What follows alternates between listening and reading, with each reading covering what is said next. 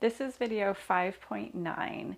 In this module, we have been sharing about the various steps of the discipleship circle that can be helpful components in your discipleship strategy, but we have also wanted to address what may need to happen before you get to the discipleship circle.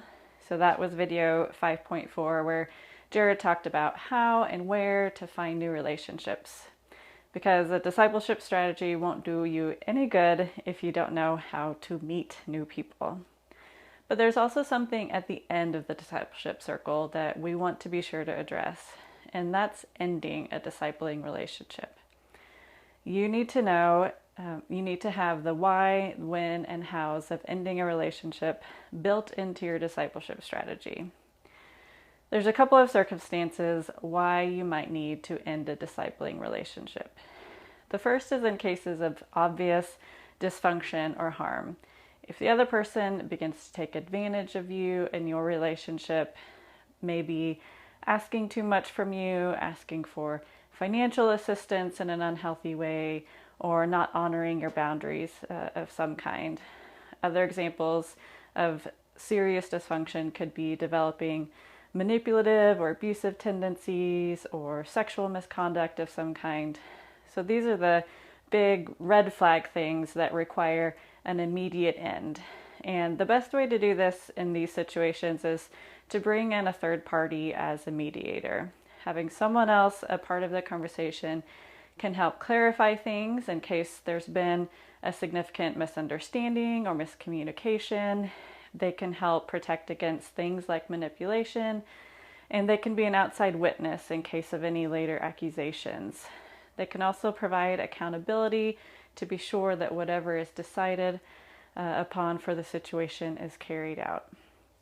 So that's the first set of circumstances that require ending discipleship with someone. Do not feel obligated or spiritually shamed into continuing relationships like these. But there's also a second circumstance that may require discipling relationships to end, and it's not as easy to recognize. It's easy to end something that's obviously unhealthy, but sometimes it's the right thing to do to end something that's good.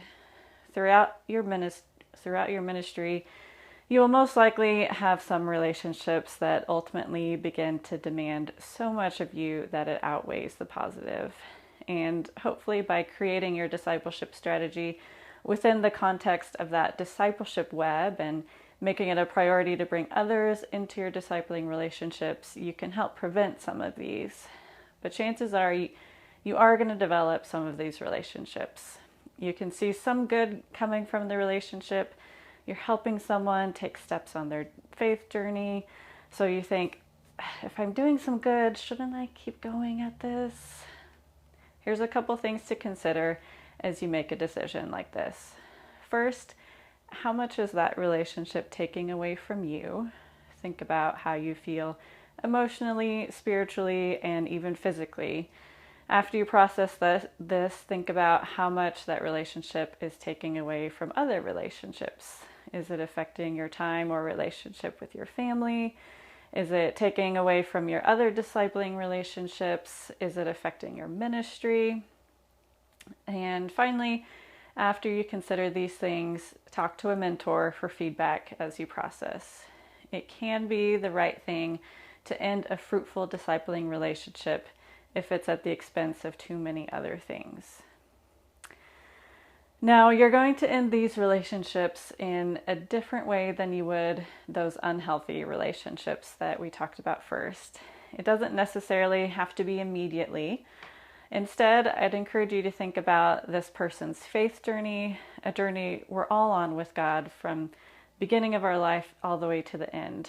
And just acknowledge that you don't have to be part of the entirety of this person's journey. We all have different people who come in and out of our lives in different seasons and walk with us in certain parts of our journeys, but rarely do we have someone who's with us for that entirety. So don't feel like you have to be that person for someone else. See your discipleship role with this person as being just that one part of their journey.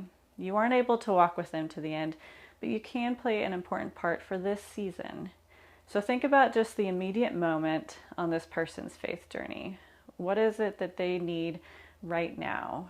What can you do to simply get them from here to here, not here all the way to the end? Thinking of it like this can help you make a plan for carrying out this discipling relationship with an end in mind, so you don't just drop it out of nowhere. And it also can help give you permission to feel okay about stepping away from this role. We had a family who were a part of our small group for several years, but they never quite felt comfortable coming on Sundays. Early on in our relationship, she shared that her husband was a recovering pastor, and as we got to know them better, we kind of realized that it was more that she's a recovering pastor's wife. And we really love this family. They have kids similar ages to ours. We spent time with them weekly for several years. But she had just enough bitterness from past spiritual hurts and a strong enough personality that it was easy to derail the direction that we were trying to go as a community. And we would come back from those evenings with our small group just exhausted. And finally, after about 3 years, we restructured our small groups in a way that we knew would probably lose this family, since it wouldn't be the same few families in that group who had been together that they were familiar with. It also was about the same time as the pandemic, so it was a natural time for them to kind of pull away. But Jared and I continued to try to connect with them. And one evening we went to their house, and all our kids left us alone long enough for this couple and Jared and I to have some good conversation together, and they were finally able to share their pain story with us. And we knew their story already at this point, so it wasn't for us. That they were sharing. We already knew it was for them. They needed the chance to share. And on their way home, we got a text from him saying, "Thank you. We've never actually had an opportunity to process our story with anyone. We needed this." And it's not like our relationship completely dropped off after this. We're still friends, we still connect, but we've released ourselves from the pressure to actively disciple them because it was taking so much away from us.